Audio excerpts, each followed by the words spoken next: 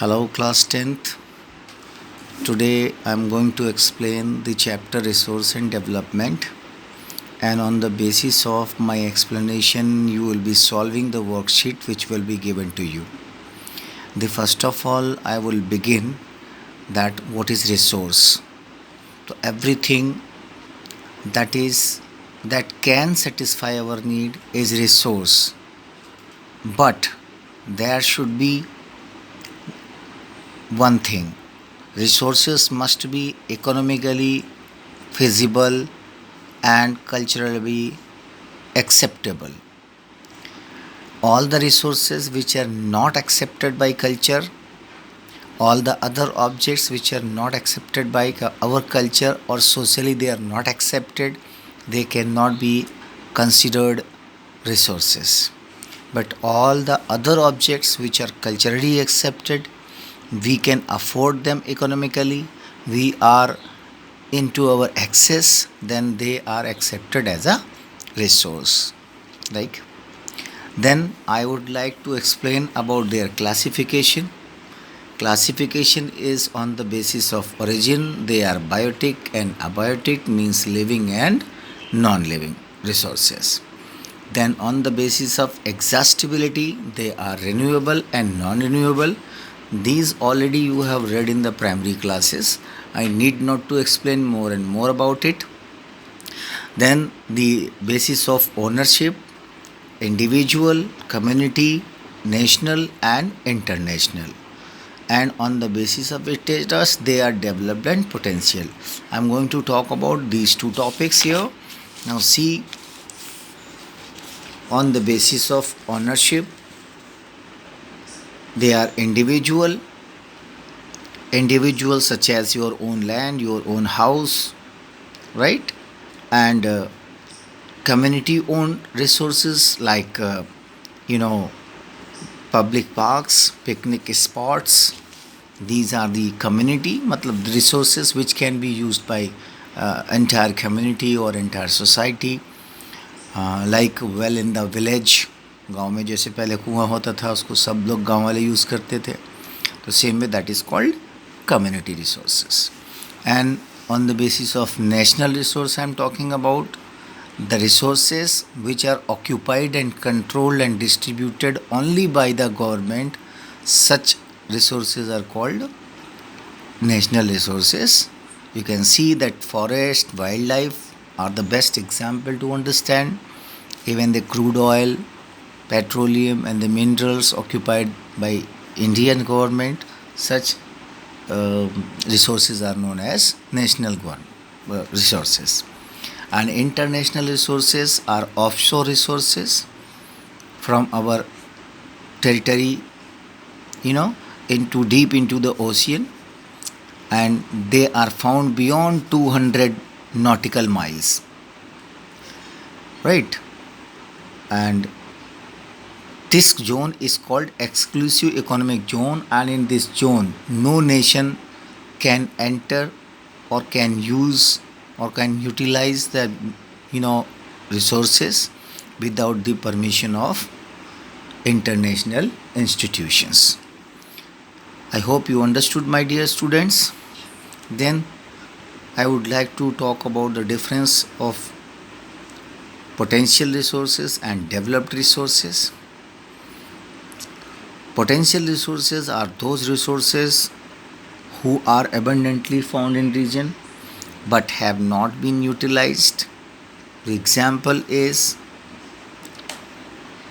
the wind energy and the solar energy, which has potential, enormous potential to be utilized, but has not brought into use because of lack of technology or because of lack of system. Then we are talking about the developed resources. These have been surveyed, they have been examined, they have been discovered. Their quality and quantity also has been determined for utilization, that how much part of that resources can be utilized. This all estimation has been made, but still they are dependent on technology and level of their feasibility. Okay, so this is the difference between developed resources and potential resources. Potential resources are available, they are qualityful, their quantity is also abundant. Remember, their quantity and quality is up to the date, but they are not at most into use because of lack of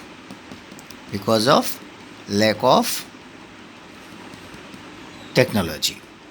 And if we talk about the developed one, they have been surveyed and their quality and quantity have been determined for utilization.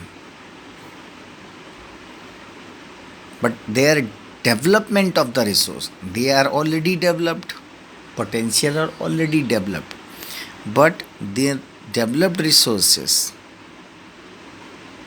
these resources, their development is depend on the technology. They are already developed, but that they cannot be directly brought into use, while they can be brought into use if the technology is available. Now here I declared about the potential and uh, developed resources. Okay, then I will explain about this topic.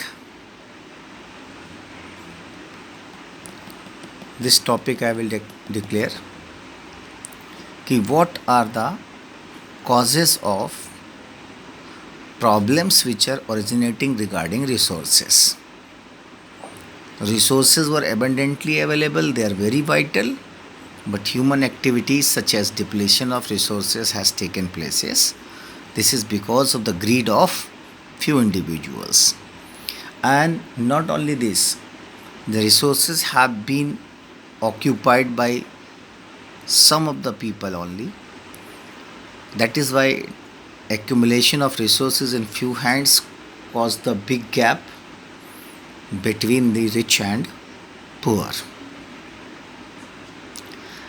Indiscriminate exploitation of resources is also creating a big crisis in future that will a kind of hindrance in sustainable development. Now I will talk about what is the sustainable development. So when you are not compromising the problems adhere coming into the new generation, you are not destroying your environment, you are not exploiting your resources, you are putting in as much as input which is only required without any wastage, then it is called sustainable development. This you remember बेटा, अगर हम किसी भी चीज़ को without any limit use करेंगे, unlimited use करेंगे, and we will not care for any kind of their measurements, their stock and their limit, then one day what will happen? These resources, they take millions of years to be formed, but their consumption rate is very high because of rapid growth of population. So one day these resources will not be available to us. Then what we will do? Whatever extent of the development we have achieved, that will also go destroyed. So sustainable development measures should be taken. This you remember. Then in the chapter you read yourself Agenda 21. It was an agenda which was joined by hundreds of leaders of different nations of the world in 1992 to concern about concerted efforts to be taken for the economical and global development. That you read yourself. Another topic which I am going to explain, that I'm going to explain about the problems of land degradation. Land degradation, you must be knowing that what is land degradation. When the land become of unused or it is not fertile, it becomes unproductive, then it is called land degradation. And who are the responsible for land degradation? That we human beings are responsible. Land resource is very important. All the activities of human survival are done on the earth only, like constructing offices, laying railway lines, traversing roads, and so many economic activities also take place. So land is very important, and land mass of India is 3.28 square kilometer, which includes mountains, deserts, and different other relief features, and where plain is only 43%, plains area is 43%, and this is very important land mass, because it provides accessibility of uh, settling their habitats, colonies, residences, offices, factories, and many more facilities and amenities can be traversed easily in these plain areas. And this is also best for the cultivation also. The maximum cultivation is done on these plain areas. So my dear students, this 43% plain area is very important, and if any kind of degradation take place in this area, then it is a great loss to our land resource, especially in India. So we have to take care. What are the causes now? Causes of land degradation, I told you, um, like a lot of use of chemicals by the peasants, farmers, and other activities, or non-decomposable material, or when mixed with the soil, that also make it fertile. Minings, and a lot of other things of spoilage are done in the soil. That is a kind of causes of land degradation. Now what we can do, what efforts we can put in? Deforestation is also one of the cause of land degradation. So what we can do, how we can save our earth?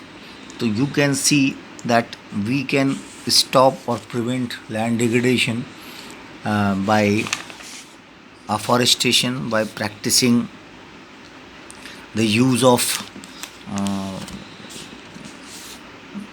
manure instead of chemical fertilizers.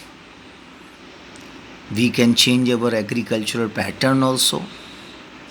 We can conserve it by many other factors. Anyhow, you can find the ways in this paragraph, that what we can find it here. Many ways to solve the problems of land degradation, like afforestation is there, proper management of grazing can be done, plantation of shelter belts can be created to prevent soil erosion, overgrazing can be stopped, stabilization of sand dunes by growing. Many more steps have been given, individual efforts also can be done. You can check it from here. This is your problems of land degradation. Another topic I am talking about, the forest area. Forest cover is very less. Forest cover is very less. What you can do, suppose we know that as much as rapid growth of population is going on, the need for settlement, need for other amenities, other basic facilities are increasing, and to fulfill that we have to clear the forest. Forests are recklessly cleared, and during the colonial period also the forest resources were drained out for different purpose, for making ships and planks and all that, wooden plank for the creating railway line.